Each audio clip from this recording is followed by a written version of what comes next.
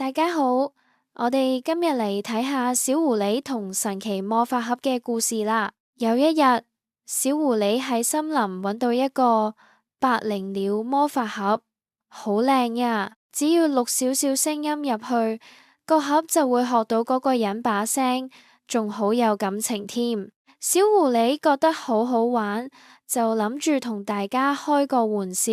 佢用魔法盒扮村長。